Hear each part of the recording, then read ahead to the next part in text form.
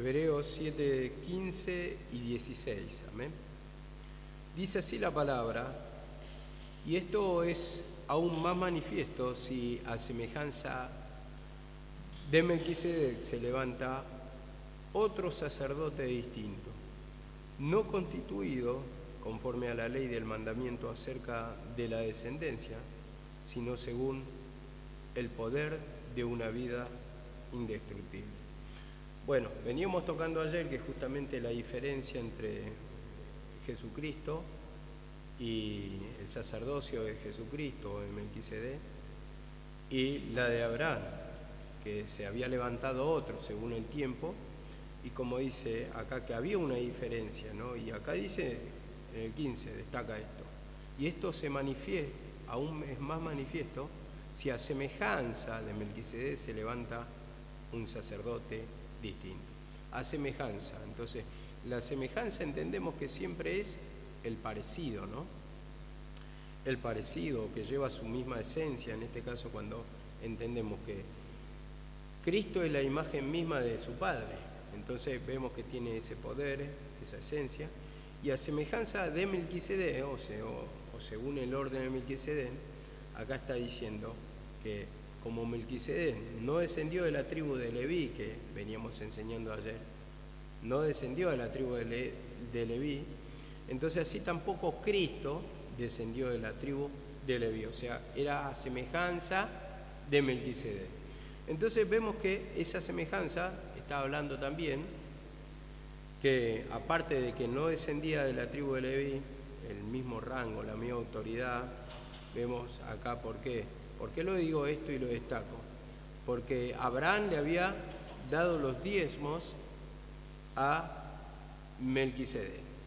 Y en este caso tocamos esa figura que está rindiendo culto a uno mayor, entregándole a uno mayor, porque le entregaba los diezmos, dice, reconociendo la autoridad. Eso lo habíamos estudiado al principio. Entonces, cuando se reconoce la autoridad de uno mayor, se le da los diezmos, y es figura que nosotros también le entregamos así, reconociendo la autoridad de Dios. A uno mayor le ofrendamos nuestros pensamientos, nuestro corazón, nuestra vida en consagración para poder servirla, para poder hacer la voluntad. Y dice acá la palabra 7:16, no fue constituido conforme a la ley del mandamiento acerca de la descendencia, y esa es la diferencia, y que se equivale Melquisedec con Cristo, porque Cristo, como dijimos ayer, Jesucristo, o Jesús, no descendió de la tribu de Leví, sino según el poder de una vida indestructible. Y cuando dice una vida indestructible, está diciendo una vida sin fin. Entonces, ¿se acuerdan que habíamos tocado también que conforme a la ley se levantaban varios sacerdotes uno tras otro? ¿Por qué? Porque morían. Pero acá, según el poder de una vida indestructible, vemos que Jesucristo, como que tiene la esencia de Dios y como que venció a la muerte, y como es el Hijo de Dios, vemos que ya tiene un sacerdocio perpetuo para siempre, pero tiene una vida indestructible, una vida sin fin, una vida eterna. Y la misma palabra lo dice, el que cree en mí no morirá, ¿no? Entonces, en ese sentido, cuando tenemos la vida eterna, esa vida indestructible, esa esencia del gozo, la paz, la alegría en este nuevo tiempo, que no se puede destruir cuando uno está clamando, cuando uno está pidiendo perdón, cuando está en comunión con Dios, no lo puede vencer ningún tipo de pecado, ninguna manifestación. ¿Por qué? Porque el poder de Dios es más fuerte. Romanos 8 nos dice, ni la muerte, ni lo profundo, y bueno, y va diciendo ciertos poderes, va nombrando, nada me apartará del amor de Cristo. Y ese es un sentido, digamos, doctrinal, de entendimiento que podemos aplicarlo para nosotros en el sentido práctico, que cuando sentimos la presencia de Dios es tan fuerte que eso es lo que nos mantiene en el camino. Y pueden venir luchas, pueden venir pruebas, pero uno sabiendo la palabra y humillándose para cumplir la voluntad del Señor, para aferrarse al camino, al mismo Cristo, entonces ¿qué pasa? Vos te vas manteniendo y vas desafiando, pero porque ya tenés una conciencia de tomar la cruz, de matar al viejo hombre, que tenés que hacer la voluntad del Señor. Y ahí es cuando se levanta una vida que desafía aún las mismas tempestades, como dice la palabra del Señor. Levántate, Aquilón, y ven a otro. Soplá de mi huerto. ¿Por qué? Porque sabemos que estamos puestos para esto, estamos puestos para tomar la cruz, para cumplir su voluntad. Hay un camino, una voluntad que cumplir, que nos hace bien. Y cuando tenemos la convicción, yo creo que nadie va a actuar contra su forma de pensar. Uno actúa según su forma de pensar. A ver, podés fingir, podés simular, pero cuando vos estás convencido de algo, eso es lo que vas a ejecutar. Lo que vas a ejecutar. Y si no lo ejecutás simplemente porque te atajás, tal vez no querer tener problemas con otras personas, pero tenés una forma de pensar y contra nuestra convicción no puede nadie, ¿no? Entonces, así también cuando ya estamos convencidos en el camino, estamos convencidos por la palabra, estamos convencidos que tenemos que hacer la voluntad del Señor, por más que nos vaya mal, vamos a actuar según como dice la palabra del Señor. O sea, por más que vengan tempestades, luchas, pruebas, nos vamos a mantener aferrados al camino porque sabemos que tenemos que hacer lo que el Señor nos requiere, lo que el Señor nos pide. Entonces es difícil ir contra nuestros pensamientos. Yo digo siempre, ¿no? Una persona que ha sido formada, educada y que tiene ciertos valores, ciertas convicciones, por ejemplo, en no robar, una familia así, educada, que fue criada una persona con esos valores, por más que esté pasando hambre, no te va a robar. No te va a robar, ¿por qué? Porque ya en su pensamiento está instruido así, está enseñado así, no lo va a hacer nunca, va a preferir morirse de hambre, pero no va a tocar algo ajeno, el que tiene esa convicción. Ahora, una persona que no tiene esos valores, esa instrucción, ¿qué va a pasar? Lo va a hacer. Entonces, según cómo nos vamos educando, por eso quiero enseñar este ejemplo, según cómo nos vamos educando en el camino del Señor, vamos a actuar. Si ya tenemos la convicción de que tenemos que tomar la cruz, tenemos que pedir perdón, eso es lo que nos quebranta, nos constriñe. Y vos podés, puede pasar también que mucha gente se ha ido acá, ¿verdad? Mucha gente, pero la misma gente extraña, la misma gente sabe que el hacer la voluntad del Señor, mucha gente que se ha ido mal sabe que tiene que volver o que tiene que pedir perdón o lo que le han sido instruido, esa es la verdad y que ya no se puede apartar de el camino de la cruz cuando le ha sido revelado. Se van a otras iglesias, pero no es la misma palabra, dicen, y no les llega. ¿Por qué? Porque ya les es revelada la verdad.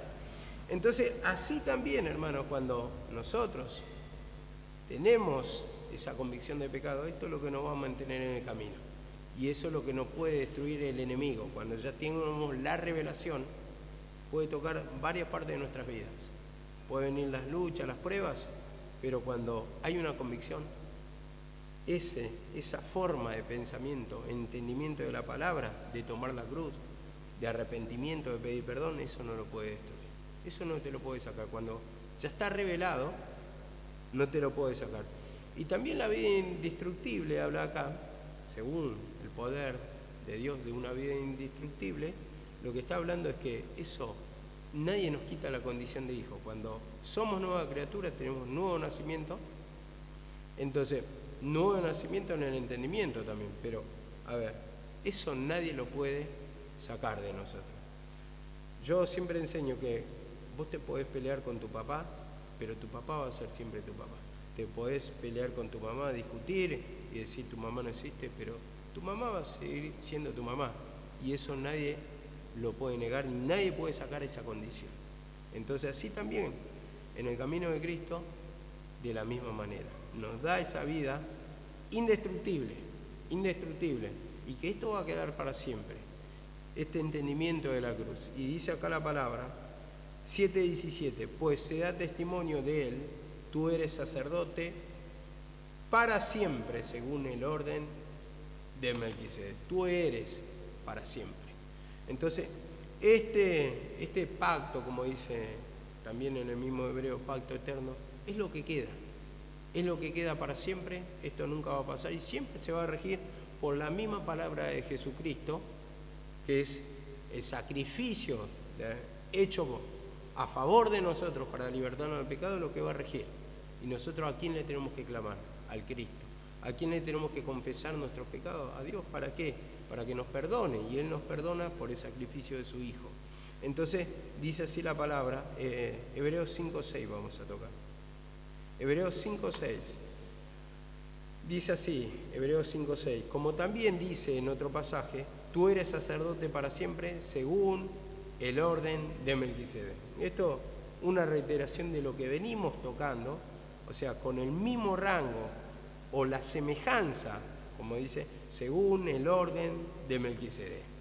Y esto fue ordenado por Dios, como dice la palabra, con el mismo rango o con la misma semejanza, cuando dice, según el orden de Melquisedec. Esta es la tipología del Cristo. Y esto es lo que hace la comparación. Melquisedec, llamándolo ahí, pero figura de Jesucristo. Tú eres sacerdote para siempre. O sea, un pacto que no pasa y siempre se va a regir arrepentimiento para perdón de pecado. Y dice así la palabra en Salmos 10:4, donde ya estaba Salmo 110:4. Esto ya estaba profetizado también en el Antiguo Testamento. Por ejemplo, dice, tú eres sacerdote para siempre según el orden de Melquisedec. Lo dice ahí otra vez, lo va repitiendo, profetizado en los Salmos. Entonces, vemos cómo Pablo se agarra del Antiguo Testamento para poder explicar la palabra, para darle un sentido y para que entiendan que ya estaba todo profetizado en las Escrituras y que esto se cumplió con Jesucristo, que ya estaba profetizado en el Antiguo Testamento y le expone el mismo Antiguo Testamento para que crean, para que vean ahí y por ejemplo, ¿no? Porque hace un contraste, ¿no? Digamos, Cristo, Melquisedec, pero y usa la figura de Abraham, hace el contraste de la ley con la gracia, pero todo llevándolo al Antiguo Testamento, porque utiliza siempre los versículos del Antiguo Testamento. Y entonces ahí le da la comparación. Él tenía el Cristo revelado, que le había sido predicado, pero él ¿cómo se dio cuenta? A través de la Escritura. Le fue revelado y entonces ¿qué pasa? Aplica este Viejo Testamento para poder enseñarle a los judíos, en este caso a los hebreos, que decirle, ese era el Mesías que estaban esperando, que estábamos esperando el libertador. Y compara a Cristo con Melquisedec y compara la vida de Cristo en el Antiguo Testamento reflejado y lo va mostrando todo que ya estaba profetizado. Dice así la palabra en Hebreos 10:1.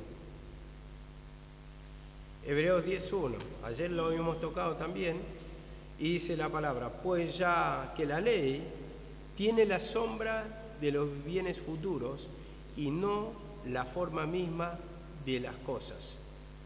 Nunca puede, por los mismos sacrificios que ellos ofrecen continuamente, año tras año, hacer perfectos a los que se acercan en él. No pueden hacer perfecto, o sea que no pueden sacar el pecado.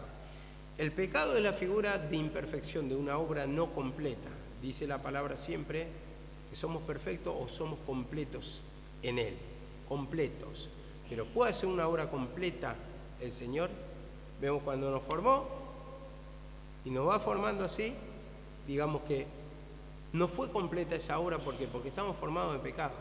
Entonces necesita agarrar ese barro, darle una forma a la imagen y semejanza de Él. Entonces cuando saca lo imperfecto, lo que está sacando es el pecado. Y dice acá la palabra, y hacernos perfectos a su parecer. Hacernos perfectos a su parecer. Esta es la explicación. ¿Por qué? Porque dice acá la palabra, por los mismos sacrificios que ellos ofrecen continuamente, año tras año,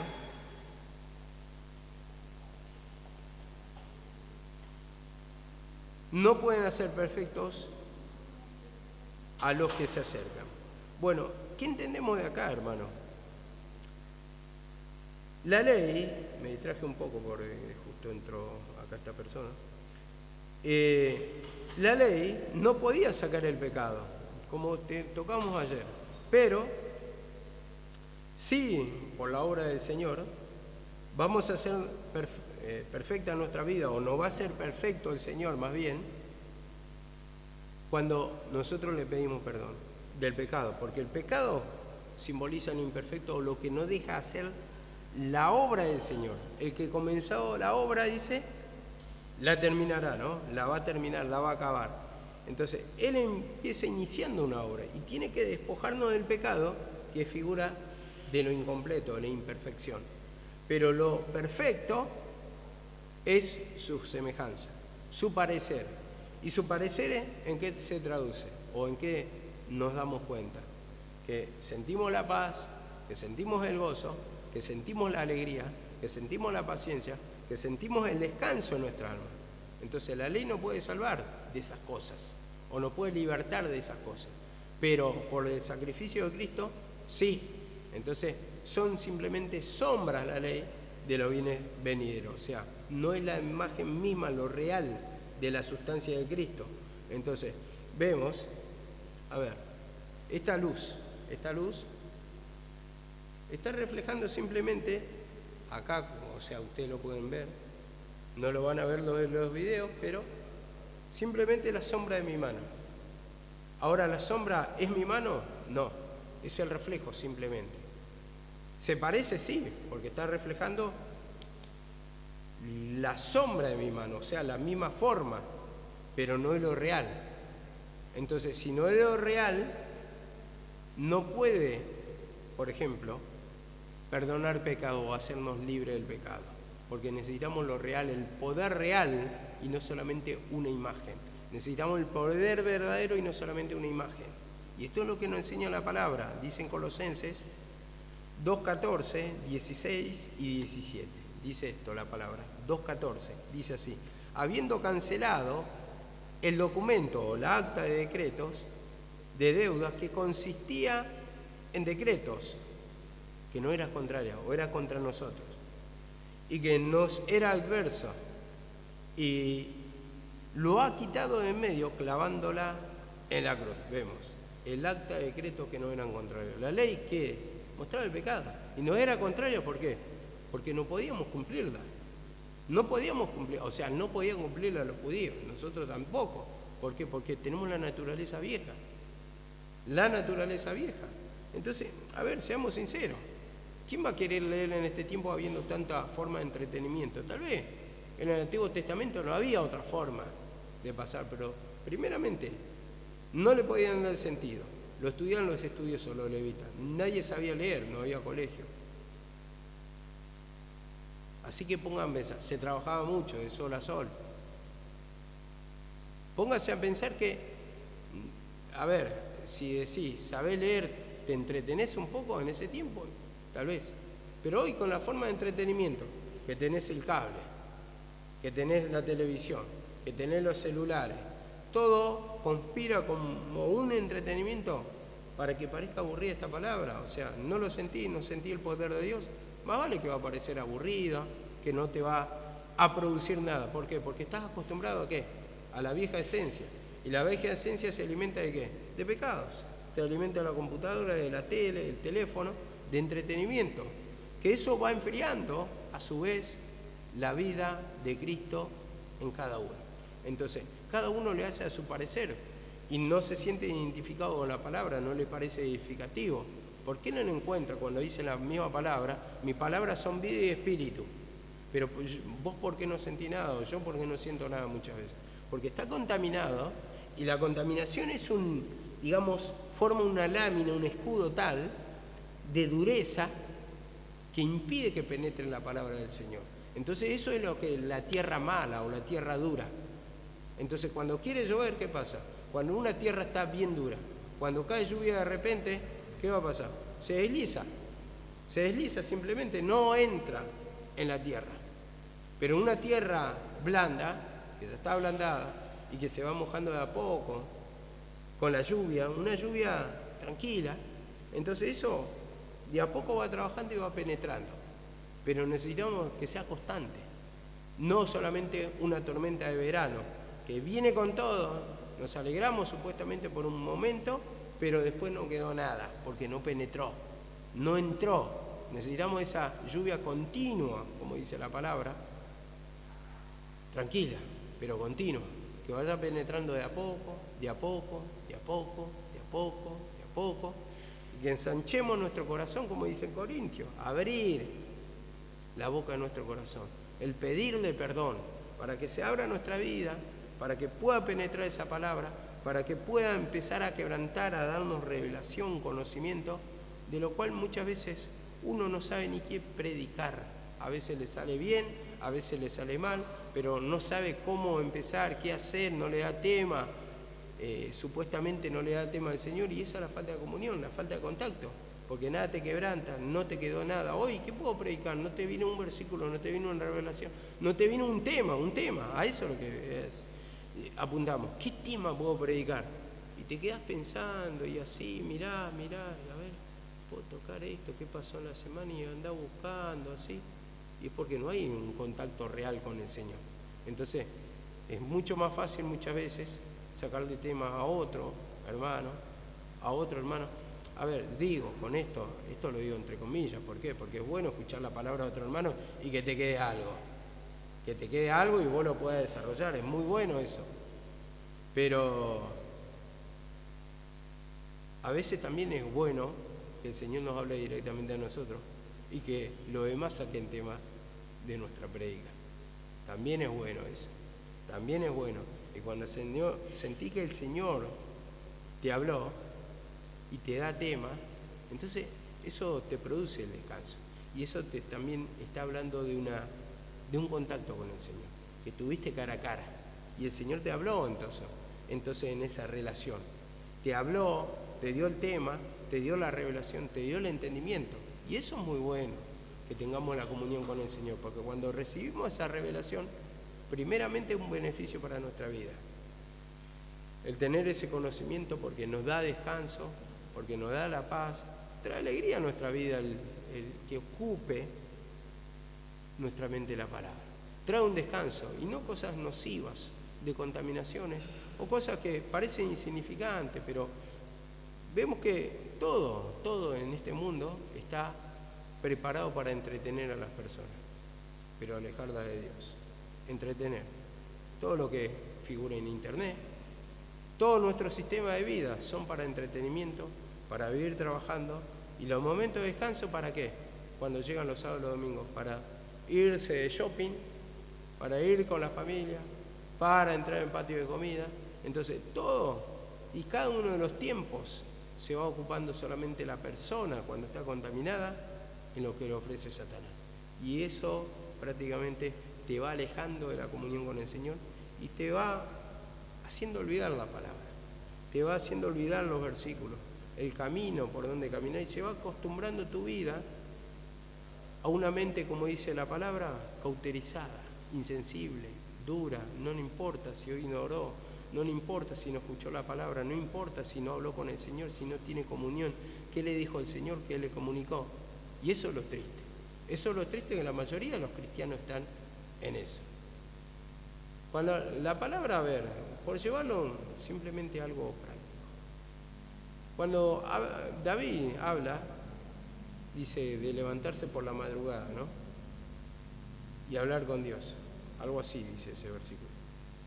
Y lo primero que, cuando te levantás a la mañana, lo primero que se prende es la aplicación, el teléfono. Y uno ni siquiera puede ver bien, así que prácticamente se despierta con el teléfono. En lugar de gracias Señor o una mínima oración. Hoy nos habla el teléfono en vez de hablarnos Dios. Y eso es una realidad. Por eso hay creyentes tan fríos, tan bloqueados, tan falta de entendimiento, tan falta de profundidad, porque su preocupación pasa más por las redes sociales, por el entretenimiento, que por tener contacto con Dios. Entonces en eso tenemos que meditar también. A ver, y pedirle perdón, por supuesto. Dice acá la palabra. Vamos a pasar al 18, que si no me voy a quedar. No voy a alcanzar el 18. Bueno, lo dejamos para la semana que viene. Toco simplemente el 16 y 17 ahora, de Colosenses. Dice, por tanto, nadie os juzgue en comida y en bebida, ni en día de fiesta. Yo había leído el 2.14. Sí. Habiendo cancelada el acta de decreto que no era contrario, que no es, era el verso, dice, y lo ha quitado de en medio clavándola en la cruz. Entonces, destruyó ese acta de decretos, como dice, que no era contraria, la destruyó. Entonces, cuando la ley pasa y entra un nuevo pacto, lo está destruyendo, pero dice, clavándola en la cruz. ¿Por qué? Porque en la ley del acta de decreto, ¿qué decía? Hablaba de nosotros que éramos naturaleza de pecado. Entonces, ¿el pecado dónde lo clavó? En la cruz. Con Cristo, dice Pablo 2.20 de Gálatas, con Cristo estoy juntamente crucificado. Ya no vivo yo, sino Cristo vive en mí. A ver, ¿quién me puede decir cuántos minutos van acá? Porque eso es lo que me está poniendo un poquito inquieto. 26. Ah, entonces me equivoqué, tengo tiempo. Dice así la palabra, por tanto nadie os juzgue en comida y en bebida, que nadie te diga nada, nadie los juzgue por si no cumplen estos ritos, dice. Todo lo cual es sombra y figura de lo que ha de venir, pero el cuerpo de Cristo. Figura de lo que ha de venir, pero el cuerpo mismo, el cuerpo es Cristo, vamos a decirlo así, es Cristo. Lo otro simplemente es figura. La realidad es Cristo, y la realidad está entre nosotros, le dice Pablo a los hebreos. Y así también para nosotros, la realidad está. La realidad donde nos podemos descansar, donde nos podemos libertar del pecado, está. Y ahí es cuando tenemos que clamar. La palabra mismo lo dice, que entremos en comunión con Él, que la palabra mismo dice, cree y verás la gloria de Dios. Nosotros muchas cosas no sabemos que va a pasar de nosotros, pero Ezequiel mismo dice, ¿vivirán estos huesos? Tú lo sabes, Señor. Tú lo sabes, Señor. ¿Vivirán? Yo muchas veces doy la palabra, pero yo no sé si va a ser la obra en ustedes. Porque todo depende de la fe de cada uno. El escuchar la palabra y recibirla con fe. Porque eso es lo que a la larga te liberta. Conocerí la verdad y te va a libertar. Porque vos sabés tu condición, sabés discernir a través de la palabra. Y a través de saber discernir vas a pedir perdón o no. Pero nadie va a pedir perdón de algo que no sabe. Y como dice, donde no hay ley tampoco hay pecado. ¿Y cómo te va a dar conciencia de pecado si vos no sabés la palabra del Señor? ¿Cómo? Entonces, eso es lo que te hace libre. Escuchar la palabra, pero yo ya, o sea, yo puedo decir, Cristo te sana, Cristo esto es un milagro, y después si no sana a la persona, no es culpa mía, es la falta de fe de esa persona. Porque tiene que creer, cree y verá la gloria de Dios. Así también, no solamente con la palabra, uno le puede orar haciendo como estamos tocando últimamente, la imposición de manos, pero si esa persona está insensible, ¿qué le va a cambiar? Le podés tocar y parece un cubito de hielo, sigue la cabeza de esa persona. Nunca va a cambiar porque tampoco hay arrepentimiento. Entonces, al no haber arrepentimiento, ni la oración ni la palabra le va a servir. La palabra sirve para golpear como martillo, te convence de pecado, entonces cuando le vas a orar a esa persona, tiene que ser libre, o va a ser libre, o va a ser una ayuda, ¿por qué? Porque está escuchando, pero con fe, o está convencido de que es así lo que se está predicando en la palabra, es verdad lo que están diciendo. Esa es mi condición, y esto es lo que necesito un cambio, mi vida es pecaminosa, mi vida está apartada de Dios, mi vida está en dureza, está en razonamiento, Señor, perdóname. Entonces, ahí te va a servir la oración de la imposición de manos de cualquiera, o te va a servir mismo, la palabra mismo ya te está haciendo, te va a hacer libre. Escuchen la prédica que voy a colgar el sábado de mi mamá. Y dicen así en 7.18. 7.18 dice así la palabra. Queda abrogado el mandamiento anterior a causa de su debilidad e ineficacia, pues nada perfeccionó la ley y se introduce una mejor esperanza, por la cual nos acercamos a Dios. Queda abrogado, queda terminado. ¿Por qué? Porque era débil, no tenía fuerza contra el pecado. No tenía, el pecado es más fuerte que nosotros. O sea, le está diciendo a los judíos, el pecado era más fuerte que la ley. La ley dice no adulterarás, pero mi pecado de adulterio es mucho más fuerte. La ley dice no servirá a otros dioses, pero el pueblo de Dios, teniendo esa ley, sirvió a dioses paganos. ¿Por qué? Porque estaba más fuerte ese viejo hombre. Entonces, sí tenía cierta gloria la ley, o cierto poder, pero no podían arrancar el pecado, no podían dominar el pecado de esa vieja esencia. No podían ser libres completamente al ser humano. No lo podían redimir, no lo podían salvar. Y necesitaban entonces un nuevo pacto, dice acá la palabra, a causa de su debilidad e ineficacia. ¿Podían dar salvación en la ley? No, no.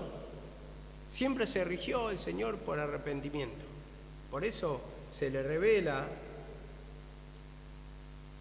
a David, tú quieres corazón contrito y humillado. El corazón arrepentido es lo que complace al Señor. Esos son los verdaderos sacrificios que quiere. Pero ellos lo hacían como figuras, pero lo tenían que hacer con un corazón arrepentido. Porque en ese tiempo las figuras que mandaba hacer el Señor las tenían que obedecer y las tenían que cumplir, pero siempre con un corazón arrepentido, un corazón sincero ante Dios, sin mezquindad en el pecado, sin hipocresía. Entonces ahí lo escuchaba el Señor y vemos que este mandamiento no podía salvar, no podía dar esa vida eterna o esa salida, como siempre lo tocamos, a causa de su debilidad, dice, e ineficacia. No tenía la fuerza suficiente y era ineficaz. No servía para transformar la vida del ser humano. No servía. Solamente se sujetaba al hombre, tenía hasta cierto cambio, pero de ninguna manera podía dar esa salvación eterna, dar esa nueva creación para pasar a una relación con Dios, el cara a cara, para obtener esa salvación, para obtener el descanso eterno del alma y cuando morimos, partir a la presencia del Señor. Dice así la palabra, y de la introducción de una mejor esperanza por la cual nos acercamos ¿a quién? A Dios. Se introduce una mejor esperanza. O sea que entra en vigor ¿qué? Una mejor esperanza. Una mejor esperanza. Una mejor esperanza que la ley. Y esta mejor esperanza está en el pacto de Jesucristo. Esto nos acerca a Dios. Ahí cuando entrega, el Padre envía a su Hijo en propiciación por nuestros pecados para que seamos libres. Es mejor esa esperanza porque esa esperanza nos liberta, nos saca de la esclavitud del pecado, porque dice la palabra, como tocamos la semana pasada, si el Hijo del Padre os libertare, seréis verdaderamente libres. Entonces solamente por el pacto de la cruz, el pacto de Jesucristo, derramando su sangre, derramando su vida, siendo muerto Él, es que ocupa nuestro lugar. Entonces ahí entrega su vida perfecta, su vida en sacrificio para darnos salvación. Y eso es una entrega de amor prácticamente, porque nos liberta de la opresión, de la carga, del sufrimiento, de tantas cosas, hermanos, que nos hacen mal. Entonces nos va mostrando el camino para llegar a la presencia de Dios. Confianza en su sacrificio, el sacrificio que Él hizo.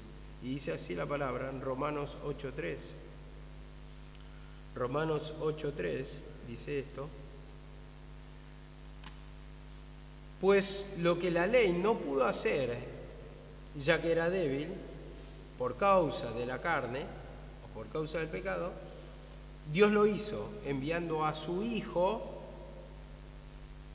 en semejanza de carne de pecado, dice, en semejanza de carne de pecado. Y como ofrenda por el pecado condenó al pecado en la carne. O sea, habíamos tocado ayer que su cuerpo, a donde se agolpó el pecado, es figura mismo de pecado. Por eso dice, en semejanza de carne de pecado.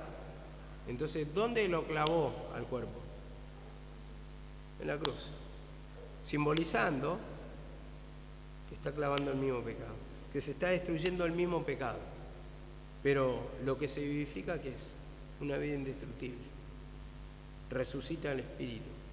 Muere el viejo hombre, como dice en Corintios 15. Corintios 15 dice esto: el primer cuerpo, o el primer Adán, ¿qué es? De la tierra. El segundo Adán es del cielo. Y así van haciendo un contraste, el primero y el segundo. El primer hombre, ¿de dónde es? Y el segundo, del cielo. Vemos 15:44 por ahí está. Entonces va haciendo un contraste. Entonces ese cuerpo mismo donde se agolpó el pecado está matando también. Él llevó nuestra enfermedad en la cruz del Calvario. Entonces ahí, cuando es crucificado, está muriendo la vieja esencia de la humanidad. Está muriendo el cuerpo de pecado. Y ahí lo que nos está mostrando, que a través de que nosotros creemos en ese sacrificio, entonces le vamos pidiendo perdón, vamos entrando y ahí va crucificando. O sea, hizo la obra, pero nosotros necesitamos creer que Él hizo la obra. Entonces le entregamos nuestro pecado, ¿por qué? Porque Él hizo la obra. Y si hizo la obra, ¿a quién se la tenemos que entregar? Al que hizo la obra. Y el que hizo la obra la mató en la cruz del Calvario. Y es como diciendo: tráeme tu pecado para acá. Tráeme tu pecado. Vos le pedís perdón, le encargás el pecado y Él lo va tirando simplemente en la cruz. Ahí fui muerto. De esa manera fue muerto. En ese sacrificio fue muerto. Y eso es lo que muchas veces nos juega en contra. El creer que hizo la obra en la cruz del Calvario. Entonces, ¿por qué no llevamos nuestra carga? ¿Por qué estás cargado? ¿Por qué estás turbado? Porque te hace falta ese confesar el pecado. ¿Y por qué no confesamos el pecado y vamos a Cristo? Porque no creemos. Y ahí está la naturaleza de no dar ese paso de arrepentimiento, de entregarle las cargas, de decir: Señor, perdóname, de decir: Señor, no creo. Entonces, al no estar creyendo, también muchas veces te endureces y te quedas quieto, sufriendo, tragándote todos los sufrimientos que tenés por dentro, la raíz de amargura, la opresión, esas cosas que te hacen doler la cabeza, que no sabes cómo resolver, qué dirección tomar. Y el Señor te está diciendo: trae esas cargas, trae estas cargas. Yo he vencido al mundo, dice la palabra. En el mundo tendréis muchas aflicciones. Confiad en mí, confíen, traed las cargas. Y yo directamente lo crucifico. Ya crucificó, hizo la obra, pero lo va crucificando a través que le va entregando el pecado de opresión, de carga y todo lo que te ata. Dice así la palabra, Hechos 13:39.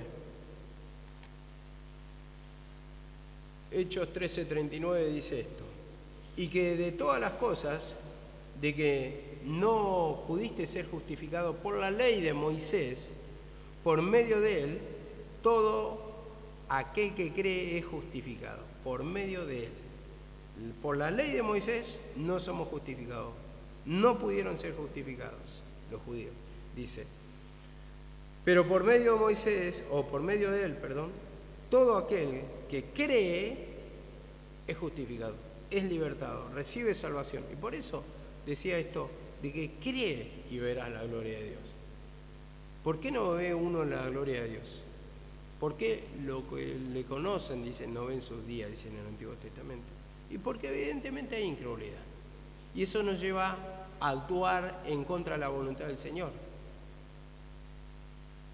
Nos manejamos como pensamos. Nos manejamos como hemos sido formados según el pensamiento humano que tenemos. Y de ahí viene todo el alejamiento de Dios. En las formas humanas pueden ser lo más correctas, pero no confiando en Dios. A ver, nosotros, dicen la misma palabra, que no tenemos lucha contra sangre ni carne, sino contra potestades. Entonces, nosotros podemos luchar contra algo que no vemos, que no discernimos. Un ente espiritual como Satanás, una fuerza inteligente como Satanás, no. Pero ¿quién nos da las armas? ¿Quién nos hace discernir por la palabra la manifestación o la treta de Satanás? El mismo Señor nos da la herramienta por la palabra. Vos no lo vas a ver, pero lo vas a sentir también a Satanás. Y ese sufrimiento mismo, Satanás, es la opresión misma. Y la palabra está para esto, porque la palabra nos da discernimiento, y cuando entendemos la palabra que esto proviene de Satanás, ahí nos humillamos. ¿Para qué? Para que nos haga libre de esa opresión y de esa carga, de ese descontento, la amargura. Tantas cosas, hermano, que toman nuestra mente, las preocupaciones de la vida, el miedo a lo porvenir. ¿Qué será el día de mañana? ¿Qué va a pasar de mi vida? Entonces el Señor ahí interviene, usando su palabra, la usa, te quebranta, y también en la palabra, aparte de discernir el pecado, te muestra cómo es la salida. Arrepentimiento, pedir perdón. Señor, perdóname, estos son pecados, necesito creer en tu palabra. Si tú eres grande, y para el que cree, dice la palabra, todo lo es posible. Todo lo es posible. Yo necesito creer, Señor. Necesito que me añade esa fe, Señor. Necesito que me quebrante, Señor, hasta que sea justificado, hasta que reciba la liberación. Eso es justificación. Entonces Él se ofrendó, hermano, por nuestro pecado, para darnos esa salvación, esa liberación. Esto nos lleva a 1 Timoteo 4:8, dice así la palabra. 1 Timoteo 4:7 y 8 dice esto: desecha las fábulas profanas y de viejas, o sea, por la ley. Ejercítate en la piedad, porque el ejercicio corporal para poco es provechoso, dice, para poco, pero la piedad para todo aprovecha y tiene promesa en esta vida presente y en la venidera. Tiene promesa en esta vida presente, y ahí está dividiendo dos tiempos. En esta vida presente, porque se retrotrae el tiempo de la ley, y en la venidera. Por eso está tocando acá también. No está hablando vida venidera cuando vamos a estar ya muertos y en la presencia del Padre, muertos físicamente. No está hablando de eso. Está haciendo un contraste. Vean bien, 4:7. Desecha las fábulas. Fábulas quiere decir algo artificioso, algo que no existe, algo que no es verdadero, no es real. Y dice, ejercítete en la piedad. La piedad, el ministerio de la piedad, ¿cuál es? El ministerio de Cristo. Dice, el ejercicio corporal para poco es provechoso. ¿Por qué dice corporal, Matías? A ver si me puede responder. El ejercicio corporal para poco es provechoso. ¿Qué pensás de eso?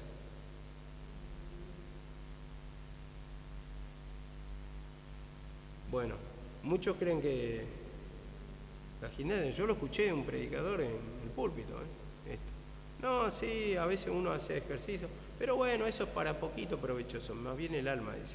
No, ejercicio corporal, ¿eh? ¿Por qué? A ver, ¿qué castigaban los judíos? Los judíos el cuerpo, se abstenían de las comidas, ¿no? Hacían el ayuno. ¿Qué castigaban el cuerpo? Se ponían la prenda de silicio, mostrando el luto, una prenda áspera, o sea, tenía pinches por dentro. Castigaban el cuerpo, y por eso dice, el ejercicio corporal para poco era provechoso en ese tiempo, digamos, o para nada. Pero la piedad para todo aprovecha, todo. O sea, uno que cree en este ministerio de la piedad, ministerio de la cruz, donde recibimos la liberación, tiene promesa en esta vida presente, está diciendo, haciendo un contraste de tiempos, y en la venidera, porque ahí hace el contraste otra vez de tiempos.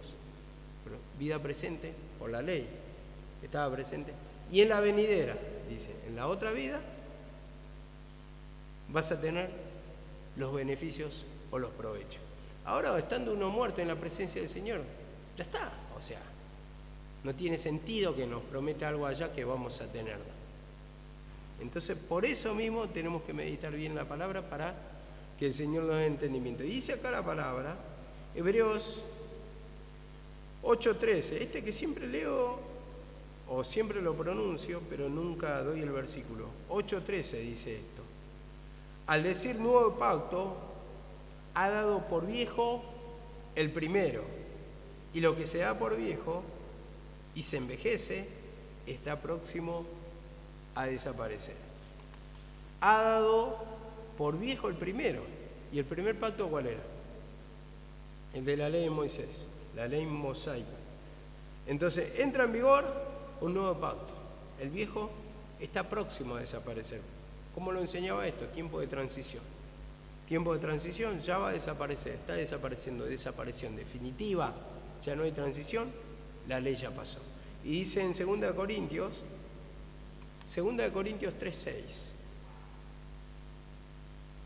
2 Corintios 3:6 dice esto la palabra. Y por eso Él es el mediador del nuevo pacto, a fin de que, habiendo tenido lugar una muerte para la redención de las transgresiones que se cometieron bajo el primer pacto, los que han sido llamados reciban la promesa de la herencia eterna. Vemos acá la palabra. Él es el mediador. Él es el mediador, hablando por Cristo. A fin de que, habiendo tenido lugar una muerte para la redención de las transgresiones que se cometieron bajo el primer pacto, estaban todos ¿qué? Condenados, muertos en delitos y pecados. Así estamos por la ley. ¿Por qué? Porque la ley no la podía cumplir el ser humano.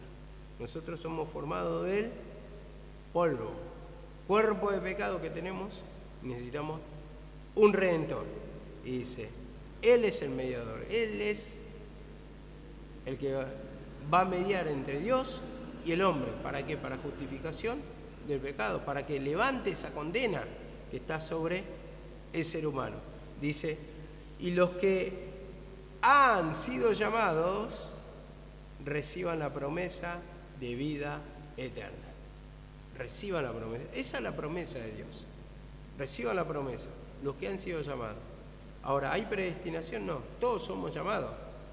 Dice la palabra, muchos serán los llamados, pero pocos los escogidos, porque depende ya si creemos o no creemos. Dios llama. Dios quiere regalar esas promesas. Dios quiere hacer la obra en la vida de cada uno. Pero nosotros tenemos que pedir perdón para poder creer. Porque si yo no pido perdón para que me liberte de esos bloqueos, de esa incredulidad, ¿cómo voy a ser libre? Tengo que clamar para que la palabra que me va a dar vida entre dentro mío. Lo que me va a libertar, lo que va a alimentar mi alma para que pueda masticar la palabra. En el libro de Ezequiel dice que se le presentó el rollo y le dice, come este rollo, le dice el Señor. Come este rollo. Y eso es lo que nos va a hacer libre, eso es lo que nos va a dar vida. Cuando comemos el rollo, cuando comemos la palabra, nos va a dar esa vida, esa fortaleza. Dice así la palabra también. Hebreos 12:24. Hebreos 12:24. Por eso el Señor golpea la puerta, pero muchos no, o tal vez la mayoría no abre, ¿no? Y el Señor llama, y el Señor llama siempre por dónde, o qué medios utiliza. La palabra. Arrepentite, arrepentite, arrepentimiento, esto, lo otro, lo que quiere el Señor de tu vida. Entonces Él nos marca la voluntad, nos traza la voluntad de Él. Nosotros solamente tenemos que pedirle perdón,